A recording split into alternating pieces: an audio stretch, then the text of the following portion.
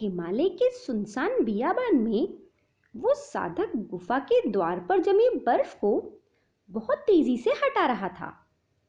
बर्फ हटने के साथ ही गुफा के भीतर से आ रहा प्रकाश और तेज होता जा रहा था। बहुत देर तक श्रम करने के बाद इतनी बर्फ हटाने में कामयाब हो गया जिससे वो गुफा के भीतर प्रवेश कर सके। गुफा में हल्का पीला प्रकाश और एक विचित्र सी सुगंध बिखरी हुई थी।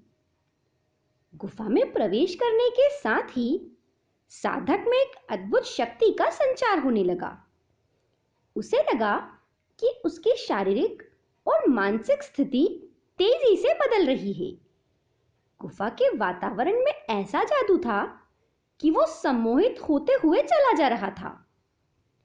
वो ये तक भूल गया कि वो इस पहाड़ से कूदकर जान देने के लिए चढ़ा था, गुफा में प्रवेश करने के लिए नहीं। अपनी सुध-बुध खो चुका साधक गुफा के द्वार के पास ही बैठ गया। इस स्थिति में उसे आनंद आ रहा था। उसका मन धीरे धीरे विचार शून्य हो गया। उसके साथ क्या हो रहा है इसका उसे बिल्कुल होश नहीं रह गया था। इस स्थिति में कई घंटे बीत गए। गुफा के द्वार से प्रातःकाल की किरणें जब उसके चेहरे पर पड़ी तब उसकी निंद्रा टूटी। उसे एक अद्भुत आनंद महसूस हुआ। कुछ देर के बाद उसे ध्यान आया कि बीते 24 घंटों में उसके साथ क्या-क्या घट चुका है। उसके दोनों मित्र मर चुके थे और वो खुद भी पहाड़ से कूदकर अपनी जान देने को तैयार था। लेकिन अचानक ये सब क्या हो गया? ये सब कुछ संयोग नहीं हो सकता। कोई शक्ति जरूर है जो मुझे जिंदा रखे हुए है। उसने गुफा में भीतर जाके देखा कि यहाँ कोई जरूर होगा, लेकिन गुफा बिल्कुल खाली थी, या यूं कहें कि उसे वहां कोई दिखाई नहीं दिया। उसने सोचा कि जरूर ये किसी सिद्ध योगी की तपोभूमि है जो सूक्ष्म रूप से उसकी सहायता कर रहे हैं।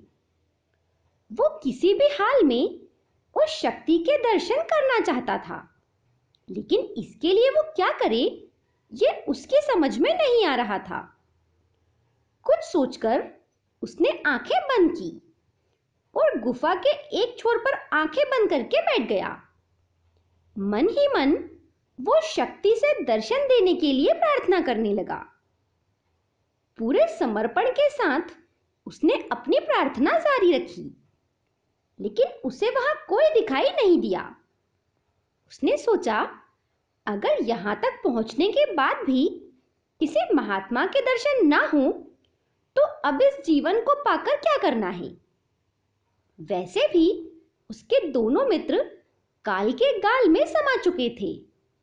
ये सोचकर वो बाहर जाने के लिए फिर से गुफा के द्वार पर आया, लेकिन जिस स्थान से बर्फ तोड़कर वो भीतर आया था अब वहां कोई द्वार नहीं था। उसने गुफा में सब तरफ घूमकर द्वार को ढूंढने की कोशिश की, लेकिन उसे कोई रास्ता नजर नहीं आया। अब वो साधक एक विचित्र स्थिति में फंस चुका था। उसे नहीं पता था कि वो कहाँ है और आगे उसके साथ क्या होने वाला है। उसका दिमाग साफ था कि या तो वो किसी सिद्ध योगी के दर्शन पालेगा या फिर अपनी जान दे देगा, लेकिन वो ऐसी स्थिति में आकर फंस चुका था जहां से ना वो किसी योगी के दर्शन पा रहा था और ना ही अपनी जान देने में सक्षम था।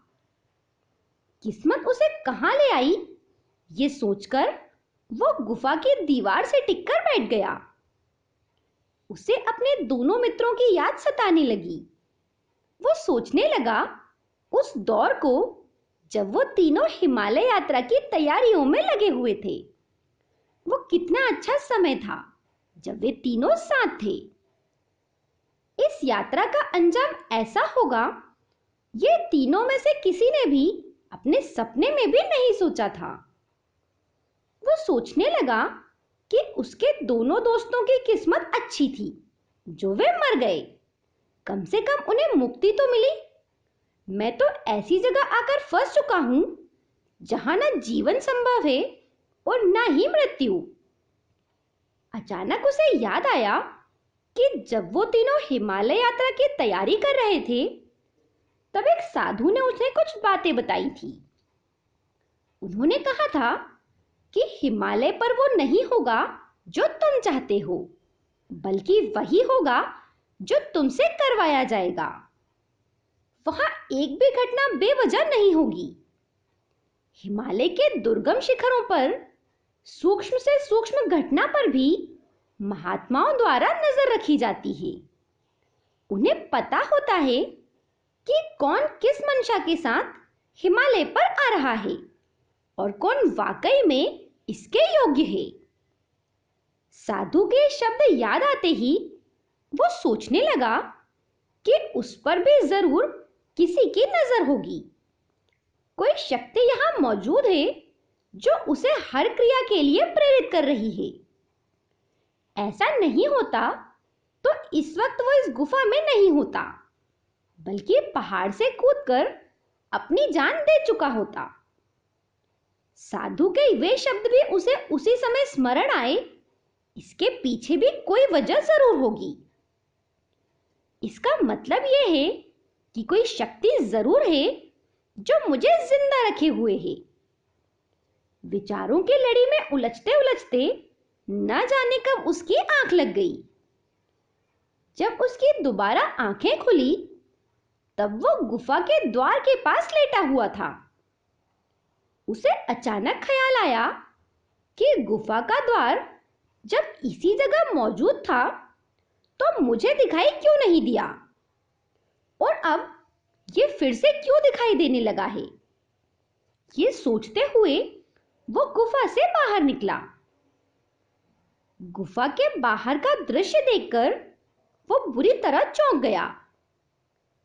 बाहर पहाड़ों के विशाल खंड गिरे हुए थे।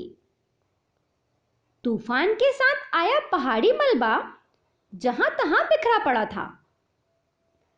इस भीषण दृश्य को देखकर उसके मन में आया कि अगर उसे गुफा का द्वार उस समय दिखाई दे जाता और वो गुफा से बाहर आ जाता तो उसका बचना संभव नहीं था।